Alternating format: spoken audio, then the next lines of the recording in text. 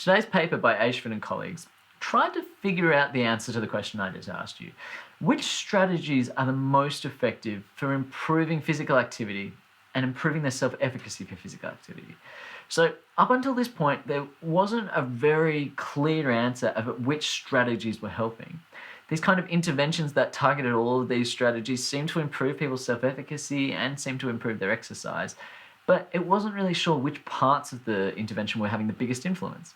So Ashford did a meta-analysis looking at any studies that targeted self-efficacy for physical activity. They had to be healthy adults, no clinical populations, no cardiac patients like before. And they looked at any randomized control trials, any control trials, quasi-experimental designs, which means you get one group and give them something, another group give them something else, and just try to see the difference. But they didn't look at anything cross-sectional, they didn't look at any qualitative studies or case studies. They really looked at things that basically had a control group compared to some sort of intervention group. You needed to be able to calculate an effect size on self-efficacy using Cohen's d, which we've encountered before. Most of these studies were looking at just lifestyle physical activity, how well people felt like they could walk or just be active in their everyday life. 6 of them focused specifically on aerobics or gym style classes and how people felt about those classes. But these interventions had all sorts of strategies to try to help people promote self-efficacy. Most of them included something around performing physical activity, right? But some of them didn't, which can allow us to check whether doing the activity actually made a difference or not. There were things around self-monitoring, lots of them used persuasion, a lot of them set goals, a lot of them got this graded mastery where they broke a big goal down into lots of smaller goals for the person. Most of them included some sort of feedback, and some of them even got people to identify their past performances and how they went. This meta-analysis had an ingenious design. What it did is it went through and classified all the interventions on the components that they included. And so let's say, for example, intervention A included verbal persuasion, feedback, and graded mastery.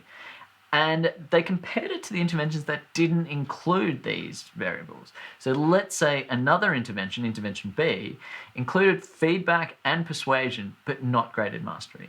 Now, if, for example, I said that intervention A worked better than intervention B, what would you conclude? Well, you'd say that persuasion and feedback weren't necessarily enough, and graded mastery did something special to improve that person's self-efficacy. And this paper basically compared that for lots of different studies. Like I said, 27 different studies, and compared all of the ones that include graded mastery for the ones that didn't, or the ones that included verbal persuasion with the ones that didn't, or the ones that included feedback with the ones that didn't. So what we're trying to look at is there a statistically significant difference between the interventions that included one of these strategies and the ones that didn't.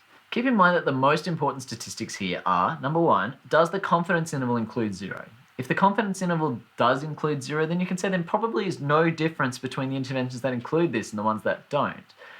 But also you need to have a look at the effect size, the D. If there's a statistically significant difference between the two, so the confidence interval doesn't include 0, then have a look at the D to see how big that difference is. And you also have to look at the direction. Remember, it's plausible that some of these interventions might actually hurt someone's self-efficacy. So what I'd like you to have a look at now is look at this table and see if you can now identify which of these strategies is effective and which ones aren't.